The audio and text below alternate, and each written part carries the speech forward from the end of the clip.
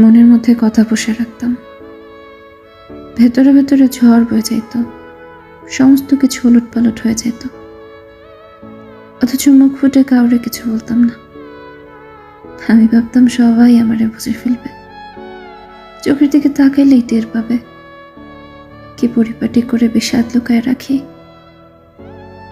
আমি অপেক্ষা করতাম, অভিনয়টা ধরা পড়ে যাওয়ার অপেক্ষা। ভাবতাম একবার ধরা পড়ে গেলে অপরাধ মেনে নিয়ে একটা ভরসার কাঁধে মুখ ঘষতে ঘষতে সমস্ত কষ্ট দূর করে দেব। তারপর টের পাইলাম আমার আসলে কেউ বোঝে নাই, আমার ভেতরটা কেউ কখনো পড়তে যায় নাই। আমার বুকের ভেতর নদী না সমুদ্র লুকানো, তাতে কারো কিচ্ছু যায় আসে না।